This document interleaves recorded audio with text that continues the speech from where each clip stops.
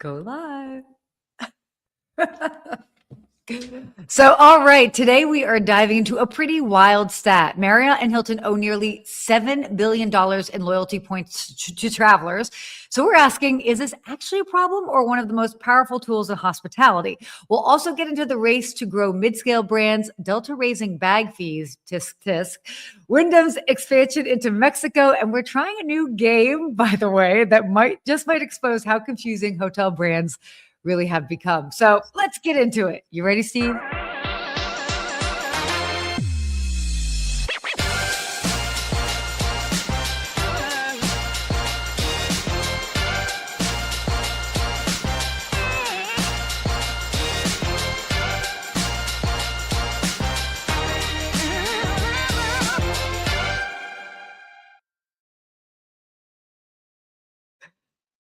Good morning. Good morning, Sarah. How you doing?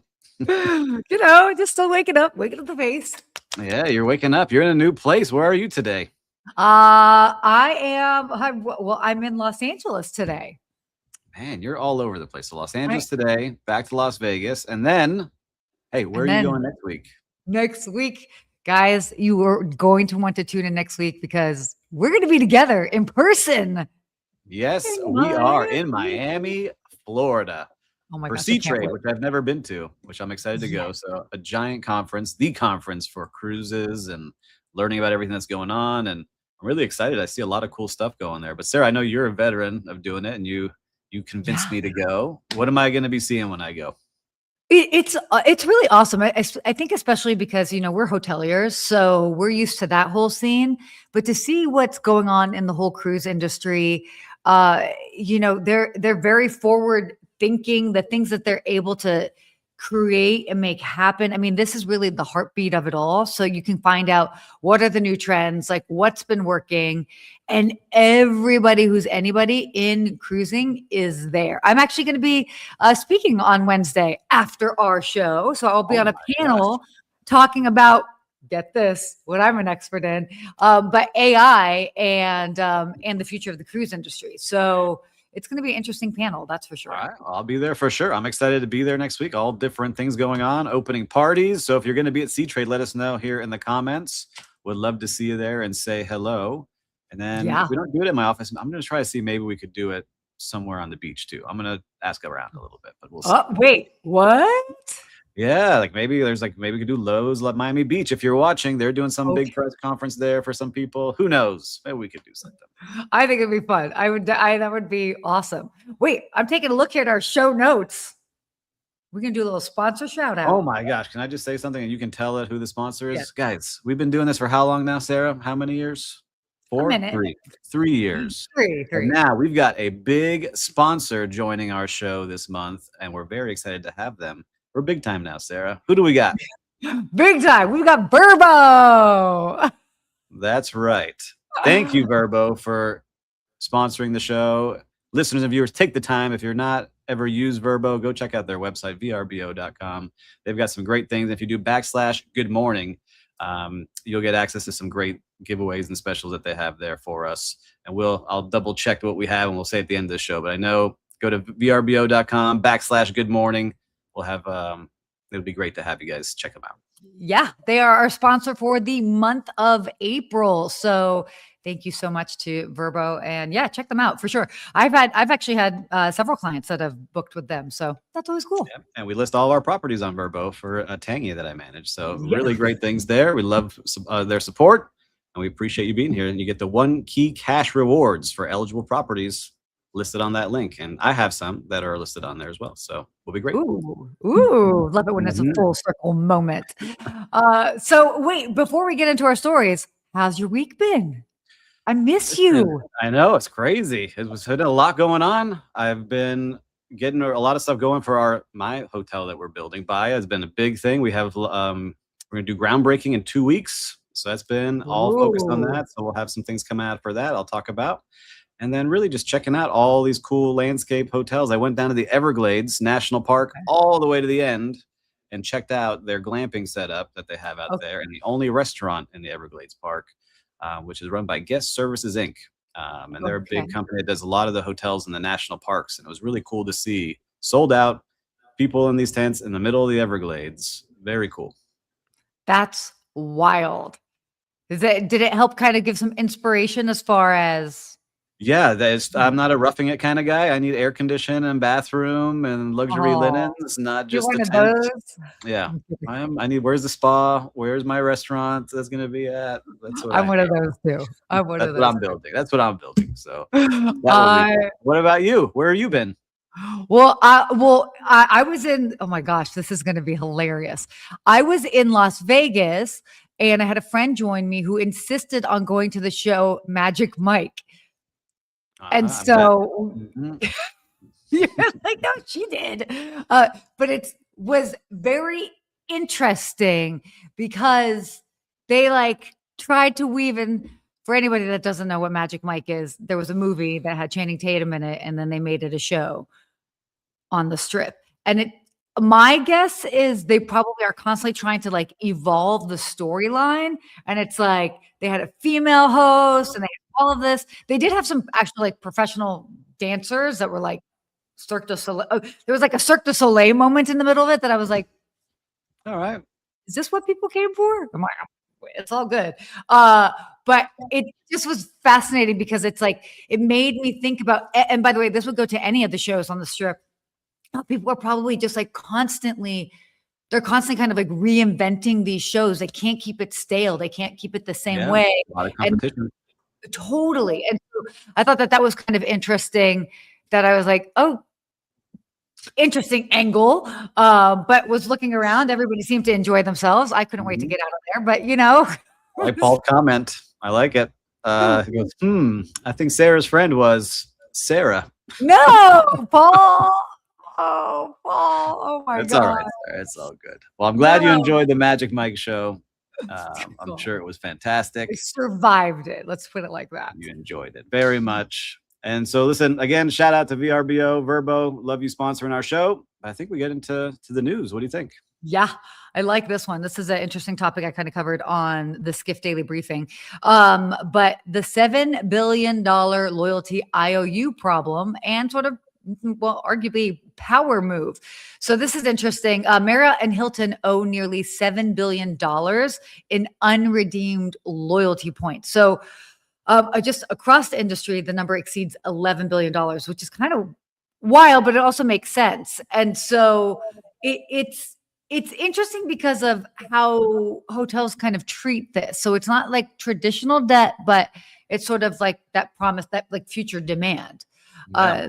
So I thought it was an interesting breakdown. It's very cool. And the article breaks it down. I had to reread it a couple of times to understand all the different things and how it works. But for us to understand, basically, if you have those co-branded credit cards that you like to get points on, every time you swipe a Marriott American Express card, American Express pays Marriott points based on those points that you just spent.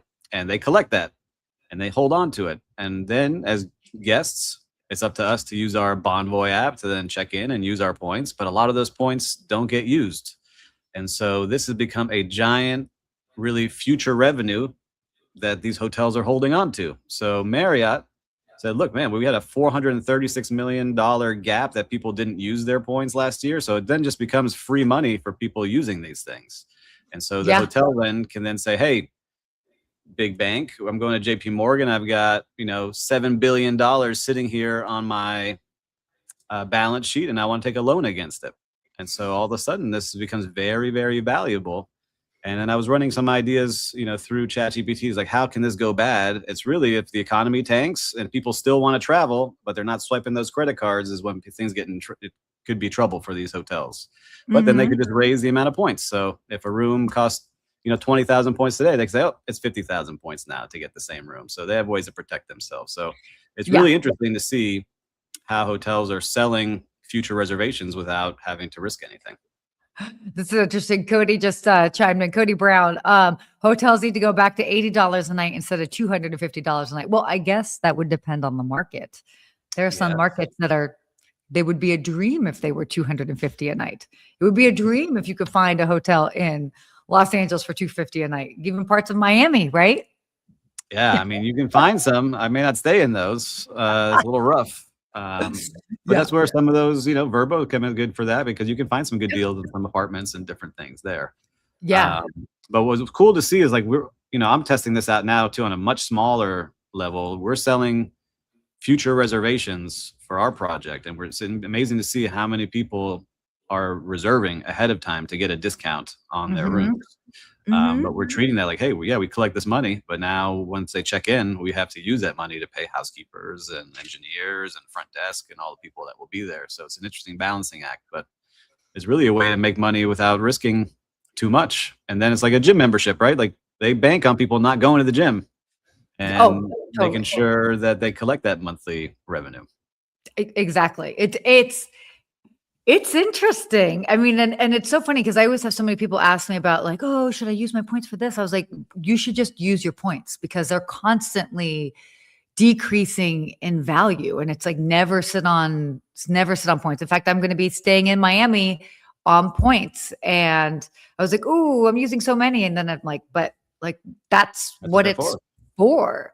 Yeah, exactly. Yeah, go bad. I'm curious for listeners and viewers now, if you have unused points, just say yes or no, because I'm just curious to see, because the number I think will get bigger and bigger the more that people continue to use these co-branded credit cards. We talked about it a couple of weeks ago, how much money I think what was it, Marriott said they had just for signing with the credit card company was Totally. like 30 million or something, or 300. I forget the number exactly, but it's just giant numbers, and it's very valuable to all these companies that people swipe those cards. And I think this is interestingly timed because obviously we're talking about this in the hotel industry, but it certainly applies to others. And I just saw earlier this week the Delta CEO Ed Bastian. I think he was doing an interview, maybe it was like for Fortune magazine or something, but he said he was actually talking about the loyalty and the credit cards, and sort of like at the beginning they were a little bit like trying to figure out like, okay, whose customer is it, when it comes to the credit cards, which I found kind of fascinating. And then they finally like came and had a discussion. They're like, they're both of ours. And if we just don't be like, oh, that's yours, or that's you, kind of like pushing people off and work together. It's like, there's just going to be, let's just focus on creating a bigger pie and everybody ends up winning. And that's what they did. And that is really what kind of changed how successful their loyalty program was and has been. And it's definitely, it's huge. So I thought that was interesting. The getting bigger. Yeah. The one thing I was just re-looking at it here is the breakage factor. So breakage saying that the points go unused. Right. So it's kind of like when we buy a gift card, right? I bought a gift card for someone for Lululemon, for $100, but they only use 80 of it. Lululemon just profited that $20. And so they're seeing more and more and more of that. But then you lose that customer because it's like, all right, well, they never came back technically. Yeah. So it's just interesting to see how valuable these points and credit cards have become. It's super interesting. So yeah, I guess like the final takeaway with this is hotels don't see loyalty points as debt. They see them as demand. Pretty much. And revenue in their pocket. They have it. It's been paid. Let's see how we use it. It's been paid. Yeah. So interesting stuff. Anyway, why don't we go on and continue our stories for today? If you are good with that. I'm ready. Let's do it. We have an exciting end to today's show. So mid-scale growth war, Marriott, Hyatt, IHG, they're all of these major hotel groups are expanding mid-scale brands aggressively. They're kind of focusing on smaller markets, lower costs to development. And it's really they're finding that mid-scale is really a big part of the growth engine. Yeah, it's getting big. Yeah, they're growing. They want to do it in an interesting way too. They're using it to really develop across Europe, Africa, and the Middle East, these brands where they're seeing a lot of growth in this mid-scale market. And Felicity Black-Roberts, Hyatt's senior vice president, said, we're focused on building a portfolio that serves real guest demand in this region. And they're putting properties all over the place, and they're converting these properties. So they're existing properties that, maybe not be performing that well. They're convincing them to join their brand and converting them from a standalone into a Hyatt or a standalone into a Marriott. So it's a really good way for people now, with things getting so expensive to start building, your properties in these areas. Yeah. And I get, it's because I think we've talked so much about luxury, and it's obviously, the success of luxury. But I appreciate that they're really understanding the mid-scale properties because I mean that is certainly a huge part of the segment, and travelers' styles have changed, and Yeah, so yeah, it's just, there's so many brands that, I'm excited for the part of our show at the end, because there's so many brands I just haven't heard of in a lot of these places they're making a big push in, right? So Marriott is doing City Express, 4 Points, Flex, Studio Res, and Series. Then you have a couple other brands that I just haven't heard of yet, but they're growing in China and the Middle East.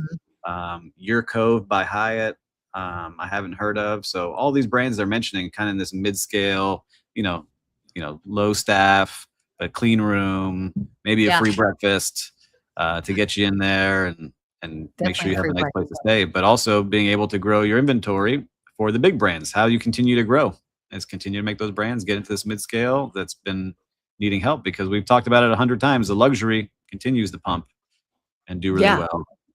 So how do you fill in that mid-scale for people that still want to travel, but at the right price point? Totally. And it just makes sense just for the climate of today. It's kind of like a safer bet, and you need options for a lot of individuals, that are not necessarily looking for the high-end luxury properties or price point. Well, you have to travel to these properties, right? So how do you get there? We got our next story, I think would be a good one to share right now. Yeah, definitely. This is your company. I always say you work here. So let me see what you have to say about this. Delta, they have raised their bag fees. We've seen a lot of different companies have done this recently, but they've increased their check bag fees. And basically, their justification is to kind of help offset the jet fuel costs, because as everybody knows what's going on in the world, that is an issue. But a lot of airlines have been continually leaning into sort of this ancillary revenue. But of course, like travelers are feeling a cost. It doesn't bother me because I've got status, so I never pay for bags. So I'm part of that crowd. But it makes sense. Look, the cost of the world is going up. Like, how can people be surprised?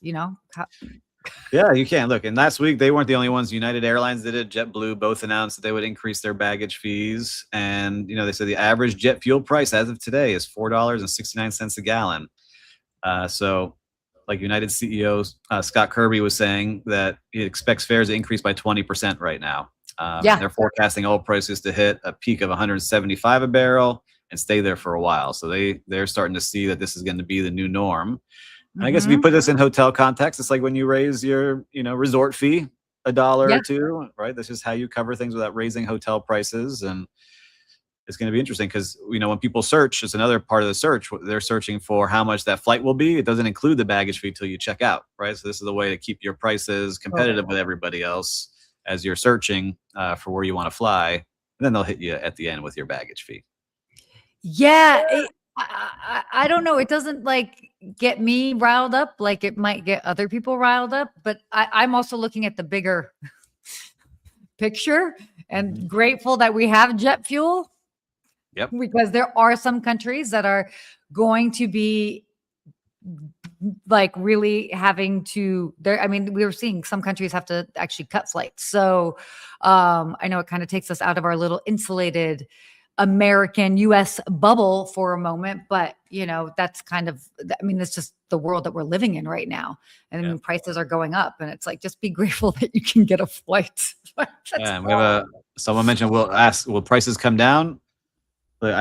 We've been doing the show for a while now, and every time a price goes up, I don't think I've ever seen it come back down, right? Once that fee becomes the new normal, that's the baggage fee. Once that resort fee becomes that resort fee, that's what it is. It's very rare that I've heard, hotels or cruise ships or, airlines lower those back down, unless, some competitors force them to, because they're doing things differently. So let's see what happens out there. Yeah. There's just hard to say, as far as will prices come down? As you mentioned, I don't think the bag prices will come down. That's not, but just in general, I think just maybe we can just talk about when will things kind of even out considering the huge disruption that is happening right now. And I think it's for what was it I read a little bit ago? It's like for every day of, I will just call it disruption, it will take up to 2 weeks to kind of get back. And so, yeah, 2 years. it's a lot of days, a lot of weeks. Take us a while. It's going to take us a while to bounce back, but they say demand is still strong, and they're saying they haven't seen it slow down, especially in their luxury tier. The CEO of Delta is saying so. People continue to fly. They haven't been scared off yet. Yeah. They still have to get places, do business, go to family events. Like I'm flying this weekend, a short flight to Savannah, but I booked before. Then I'll be flying over to Utah the week after. So I'll keep an eye on what's going on. I'll see live from the airports. You'll see live. Yeah, prices are. I mean, they're going up, and things are smoothing out at airports as well. So, maybe that might be business more like usual, but we'll see. Why don't we move on to our next topic here? Yep, people continue to travel. Yeah, people are continuing to travel. That's for sure. Wyndham is passing their 100th hotel in Mexico. They have surpassed 100 hotels in Mexico, and shocker here because it goes on what we were just talking about: growth driven by mid-scale and value segments. So Mexico still remaining a kind of a key expansion market. When was the last time you were in Mexico? It has been a long time since I've been in Mexico. I think I went to Cabo like in 2008, and that was the last time I was there. Maybe it was I think that's probably it. Maybe Cozumel on a cruise like 2010. Oh my gosh, you're hurting my soul. It's great though. Yeah. So I mean, I need to go. But definitely. Like you're saying, they've got so many brands that I've never heard of. With Alzan with 1,300 rooms, the Bel Air with 700 rooms, Optima, Grupo Ola, Fibra Hotel, Fibra Inn. So they're growing with a lot of different brands, not just major resorts. So a lot of different properties that they're expanding with. So Wyndham does a good job, especially in that mid tier where they get people going. Yeah, definitely. And again, like it just sort of makes sense when Mexico is an easy vacation spot for a lot of Americans, a lot of Canadians that are going there. I think whenever I was in Cabo a couple of weeks ago, I had mentioned how I met Canadians when I was there. So yeah, I mean, they've got a growing market. They make it easy to get in and out. The airports are smooth. It's not an issue. And they're definitely like, they're in the business of making sure people stay happy and have a vacation. And you were there during some cartel wars too. So yeah. It was all fun. Yeah, exactly. I told you on the ground. That's me. Just on the ground and in the air reporting from Steve Turk. I'll be live. I love it. I mean, but again, it's honestly, it's just kind of like a reminder. It's so interesting to see like kind of what we end up hearing versus like what things are actually like when you're there on the ground. So true. We expect the real deal from you. Okay, wait. Are we ready for this? I'm actually kind of nervous for this final segment. All right, is everybody? We should make a bet. Why don't we tell them what the segment is, Sarah? Okay. Everyone can participate. We are going to do a new segment for today. Drum roll. Woo! That was my. Oh, thank you. Oh, bongos. Wow, that was a whole thing. I felt my hips shaking. Call me Shakira. Anyway. She's all right, Shakira. Okay, thanks for playing along, Steve. Whose brand is it anyway? So we are going to do something a little new today called Whose Brand Is It Anyway, where we're going to show a hotel logo. It's a soft brand, okay, and then we'll have to figure out are we going to figure out who the parent company is? The parent brand is, yeah. So they'll show us the brand, and we have to guess if it's a Marriott, Hyatt, Hilton, Wyndham, IHG. We'll have to figure it out. And all of you can play along, too, that are watching here live. That's the benefit. You get to play along with us if you're watching live and not hearing on the record. So let's see. I guess we put it up, right? Yeah. But wait. Hold on. Before you put that up, are we going to try and see should we ask everybody who they think is going to win? Well, it's going to be me. So... Wow, we got somebody sassy this morning. No, I don't know. I don't think either of us are going to. Let's see. Call me Shakira. All right, so let's put this on the screen. We'll give the viewers and listeners, what do we say, 15 seconds? And then we'll answer. Yeah. All right, Will. Let's see. So this is the Vignette Collection. Vignette collection. When do we go? When do we go? When do we say We it? got 5 more seconds. Hold on. Let our viewers and listeners put their guesses in, Sarah. So what is the Jeez. parent brand of this Oh, Vignette everybody's collection? participating. Everyone's participating. All right. Should we write it down or should we just say it out loud? We say it out loud. Yeah, we'll say it out loud. Okay. 3. All right, Sarah, go first. 2. Who you got? Hilton. Vignette collection Hilton. I'm going to go with Accor. Who was it? Andrew chimed in with IHG, by the way.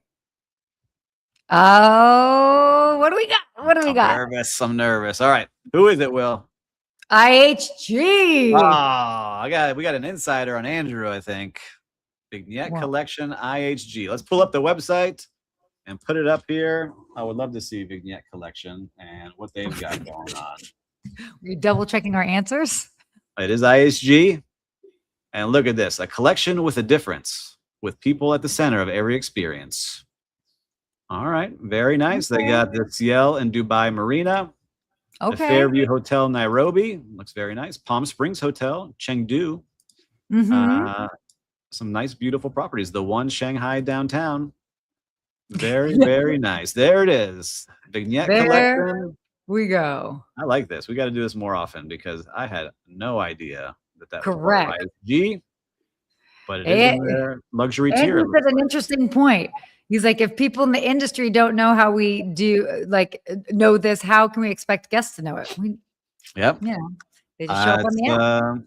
It's hard. It's hard. But also, we were talking about it last week too. Was that it doesn't really matter if people know the parent company as long as they find something that they're emotionally connected to or they like that brand. So correct. We do have a lot of work to do because there's so many brands and so many places. But Andrew, you're right. Thank you for playing along, everybody. The Vignette collection, IHG. I'm excited for next week. I like this. Ooh-wee. Oh my gosh. So yeah, that was hard. Yeah, I was. But we're going to start getting some prizes for people if they get it right. We're going to figure something out. I love that. Yeah. I love that. That's wild. Well, real-time recap. What do you think? What should we do? Yeah, quick real-time recap. I can't talk today. My coffee hasn't kicked in. Why don't you go ahead and start first? Real-time recap. We always look for new viewers. This is where we look for great hospitality on the streets in the real world. Doesn't have to be a hospitality place, but sometimes it can be. And I want to give a shout out to a new coffee shop that opened up here in my neighborhood called Rutina Coffee.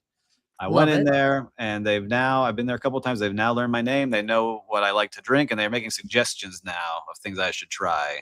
And so it always feels good. Like all of a sudden, I don't know how many reps it takes, but when you become a loyal guest to somewhere, it always feels good when they remember you and who you are and things like that. And your order. And like, hey, you should try something out. Do you like this? Here's a free taste. Right. Those are the kind of things now.